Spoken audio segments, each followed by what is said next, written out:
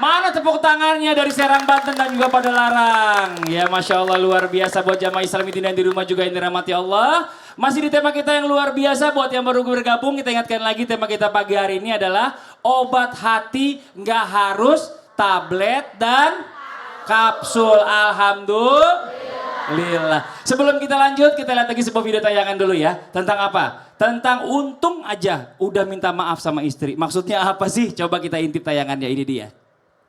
Bu, ya Allah. Buat para suami harus hati-hati. Kita lanjut nih Bib nih ya. Bicara masalah tentang minta maaf ya. Gak semua orang itu bisa minta maaf. Ada orang yang ngerasa gengsi. Bener ya? Bener gak Bu? Ibu-ibu yang gengsi gak minta maaf sama suami?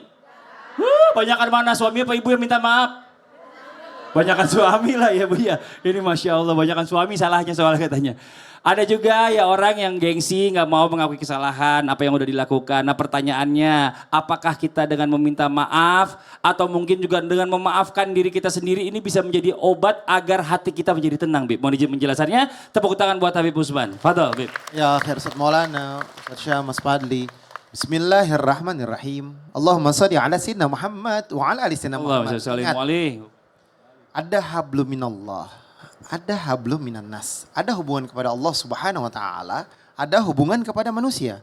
Ketika kalian berdosa, zina, judi, khamar, bermaksiat dengan maksiat yakni meninggalkan sholat atau kalian melakukan perbuatan yakni lupa bayar zakat atau sengaja nggak mau bayar zakat, taubat minta ampunan kepada Allah, kembali kepada Allah, bayar zakatnya, tunaikan sholatnya, qadha dan juga bertaubat minta ampunan kepada Allah, kalian melakukan perbuatan maksiat, khamar dan lain sebagainya, maka insya Allah Allah Ghafurur Rahim. Allah Maha Pengampun.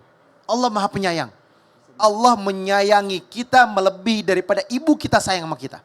Karena apa? Allah sebagai Tuhan kita. Dan yang kedua, ada hablum minan nas, hubungan kepada manusia. Ketika kalian berbuat salah kepada manusia yang lain, kalian ghibahin, kalian fitnahin, kalian syirik, dengki, hasut kepada manusia yang lain, dan kalian mengucapkan kalimat dengan menyebut namanya dan keluar daripada lidah kalian, maka ada hablum minanas di sini. Minta maaflah kalian kepada manusia tersebut. Cari ridhonya, minta maafnya. Karena apa? Ada yang namanya hukuman di dunia, ada yang namanya hukuman di akhirat. Manusia yang paham, manusia yang punya akal, manusia yang belajar agama, maka dia akan minta maaf. Kalau punya salah pasti dia minta maaf. Ini adalah orang yang pintar. Orang yang pintar adalah minta maaf ketika dia punya salah, sengaja ataupun tidak sengaja, minta ridho, minta ikhlasnya. Itu orang yang pintar. Karena apa? Berharap dunianya selesai. Terserah dia mau ngomongin orang, kita nggak bisa kembali ke masa lalu. Dia mau gibahin kita, dia mau benci kita, dia mau jelekin kita dimanapun, nggak jadi masalah. Itu urusan dia kepada Allah Subhanahu wa taala dan urusan dia nanti di akhirat hablum minannasnya. Terpenting dari diri kita adalah memaafkan dengan ikhlas. Faman afa wa aslaha fajruhu 'ala Allah. Siapa orang yang memaafkan ikhlas karena Allah, maka surga baginya. Rasulullah Shallallahu alaihi wasallam itu enggak suka melihat wajahnya siapa? Waqsi. Enggak suka. Disuruh berangkat. Tapi Rasulullah maafkan. Tapi dimaafkan oleh Rasulullah, tapi Rasulullah enggak mau lihat. Tapi Rasulullah maafkan. Karena apa? Karena memang sudah zalim. Sudah sangat-sangat zalim. Nah, untuk orang-orang yang zalim, memang orang zalim, boleh kita melakukan hal tersebut. Boleh saya nggak mau lihat, tapi saya ikhlas, saya maafkan, saya ridho. Tetapi kita di sini harus memahamin, jadilah manusia yang setiap harinya memaafkan, ikhlas karena Allah. Nanti ada ketenangan dalam batin kita, ada ketenangan dalam jiwa kita. Saya doa ikhlas, saya udah maafin, biar Allah aja yang balasnya. Wah, kalau Allah yang balas mah habis itu orang. Oleh karena itu bersyukur, berterima kasihlah kepada Allah. Bukan kita penggibah, bukan kita yang orang yang seperti itu. Tapi kita adalah manusia yang digibahin, itu beruntung. Sehingga pahala kalian banyak. Wah tepuk tangan dong buat Habib Usman. Kita banyak-banyak minta maaf, saya minta maaf sama jamaah yang di rumah, yang di studio. Ya kalau ada salah ini sengaja atau nggak disengaja. Habib, saya minta maaf Ustadz Syam, Ustadz Maulana. Oke, sekarang kita lanjut lagi waktu kita memberikan kesempatan jamaah buat bertanya sama guru-guru kita. Tapi sebelumnya kita masuk dulu ke segmen Tanya Dong Ustadz. Kami semua tanya dong Ustadz. Oke, yang mau bertanya boleh silakan angkat tangannya. Cepat banget ya sebelah sini boleh. Ibu turun boleh. Oke, dekat saya sini. Silakan perkenalkan dirinya ke sebelah sini Bu. Bismillahirrahmanirrahim. Saya Lina Laila dari Majelis Taklim Baitur Rahman Padalarang, Bandung Barat. Bandung Barat. Bandung Barat. Tepuk tangan dong buat Ibu Lina. Oh dari Bandung Barat Padalarangnya itu ya, Masya Allah ya. Oke, mau tanya apa Ibu? Mau tanya, izin bertanya Ustadz. Hmm. Kadang ada orang yang suka hasad.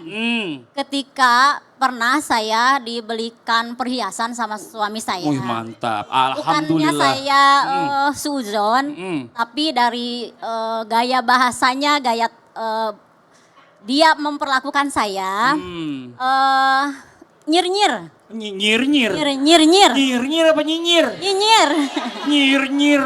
Bahasa baru, nyir-nyir. Nyinyir. Iya nyinyir, Maaf nyinyir. ya. Iya, Bu nggak apa-apa Bu. Mau ikutan bahasa gaul tapi salah. Salah, iya nggak apa-apa Bu. Apakah ada obatnya dan bisa diobati? Oke. Nah tuh Ustadz Maulana tolong dijawab gimana caranya menanggapi orang yang suka nyir-nyir. Hasad. Baik, buat nyir-nyir.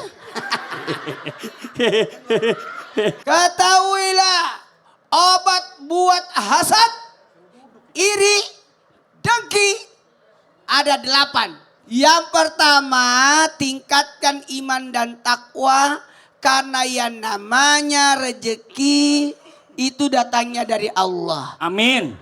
Jangan iri dengki sama pencapaian seseorang. Bener. Orang yang kerja kenapa kamu yang pusingin? Betul. Orang yang cari duit kenapa kau yang hitung duitnya orang? Iya, siapa itu? Betul, ya saya. Iya. Ini buat kita semua, itu yang pertama. Kemudian mohon maaf, Yang kedua. bukan hanya iman takwa, tapi banyakin syukur atas nikmat. Amin. Fokus pada apa yang kita sudah dapatkan. Betul. Oh. Yang ketiga, ini penting juga nih. Berdoa supaya kita dapat perlindungan Amin. dari sifat-sifat iri dengki itu. Karena itu bisa menghabiskan pahala kita. Apalagi, mohon maaf, tanamkan empati. Perasaan kita, bersyukurlah kalau teman kita dapat nikmat. Tetangganya beli pemanas, dia kepanasan. Tetangganya beli kipas angin, dia terputar-putar. Yo. Tetangganya beli motor, dia yang bunyi ngong. Tanamkan empatinya.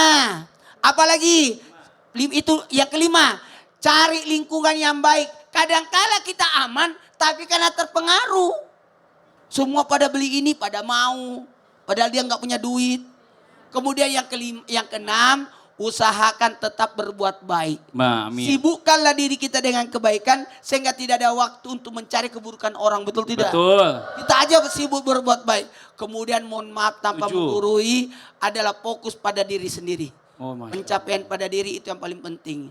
Dan yang terpenting lagi, 8. yang ke-8 adalah yakinkan, terima atas ketentuan takdir yang sudah ditetapkan oleh Allah. Nah, Itu paling Masya aman. Allah. Paling Ya? bagus kalau beli dapat nikmat, rumah baru dan sebagainya, adakan acara syukuran. Oh iya benar. Kenapa? Sehingga orang-orang merasakan juga nikmat rumah kita. Masya Allah. Kadang-kadang kita punya nikmat tapi kita tidak pernah ngadain syukuran. Jadi orang kan sirik sama kita. Kenapa dia dapatkan kemudian dia tidak bagi-bagi? Coba kalau ibu masak enak-enak terus dibagi-bagi. Kan orang merasakan juga. Jadi orang senang kalau kita dapat nikmat. Didoakan semua orang. Nih Bu, Makanya namanya ada Ibu tahu nggak syukuran. yang namanya nyir-nyir tuh yang begini nih Bu, modelnya nyir-nyir. Itu bukan nyinyir. sudah dapat nikmat yang banyak. Oh Masya Allah, gimana Ibu jelas? Jelas paham, alhamdulillah. Oke. Syukuran kasiron Ustadz. Masya Allah, makasih banyak juga Ibu.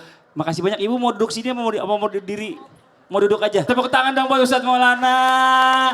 Oke kita lanjut lagi buat jamaah yang di rumah ya. Kita masuk nih, ada sesuatu yang mau disampaikan oleh guru kita Ustadz Syam. Kalau gitu langsung aja kita masuk ke segmen Ustadz Bercerita. Silakan Ustadz Syam.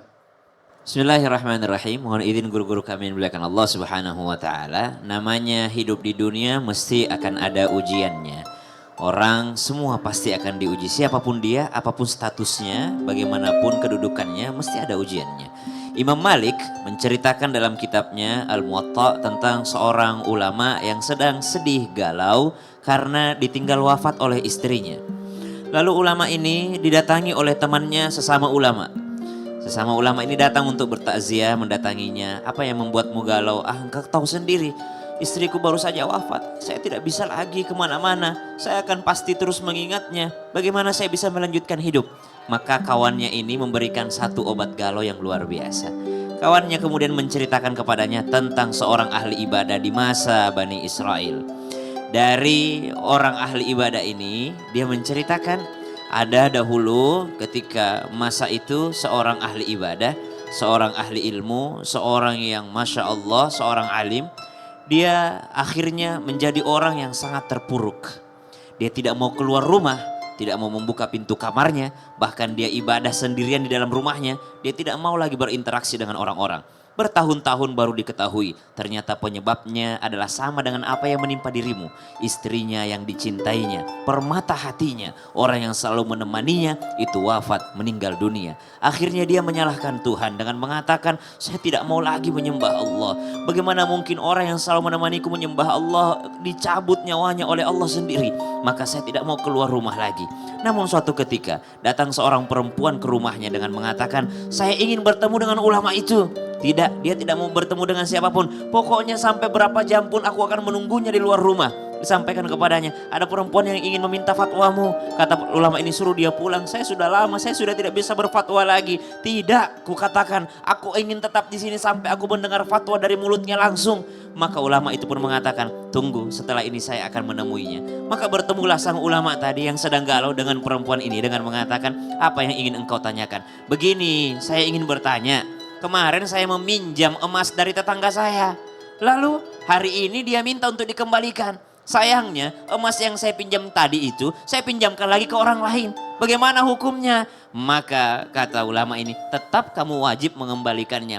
Ya udah, nanti kalau udah datang kepada saya emas ini, saya akan kembalikan kepada pemiliknya. Maka kata ulama yang galau tadi, itu lebih wajib bagimu. Tidak ada padamu pun engkau harus mengambilnya supaya kau kembalikan. Apalagi sekarang sudah ada pada dirimu. Maka kata wanita tersebut, jawaban ini adalah untuk dirimu wahai syekh. Pulang ulama ini tambah berderai air mata lelaki tadi dengan mengatakan, ternyata ini petunjuk dari Allah Subhanahu wa taala. Emas itu cuma perumpamaan. Yang dimaksud emas ini adalah perempuan yang selama ini menemani saya. Dia bukan milikku. Sejatinya dia adalah miliknya Allah Subhanahu wa taala. Ketika Allah sudah mengambilnya, bagaimana mungkin saya harus marah? Saya hanya dipinjamkan seorang wanita untuk menemaniku. Hidupku pun hanya pinjaman dari Allah Subhanahu wa taala. Maka digarisbawahi, obat galau selanjutnya adalah mendengar kisah-kisah para ulama, mendengarkan daripada pelajaran daripada orang lain. Apa yang membuat kita galau? Karena kita terlalu memandang ke atas. Kalau kita memandang ke bawah, maka insya Allah galau itu bisa hilang. Ternyata ada yang lebih sakit dari saya. Ternyata ada yang lebih miskin dari saya. Ternyata ada yang lebih susah hidupnya daripada saya. Dan semuanya hanyalah pinjaman dari Allah Subhanahu wa ta'ala. Tetap di Islam itu indah.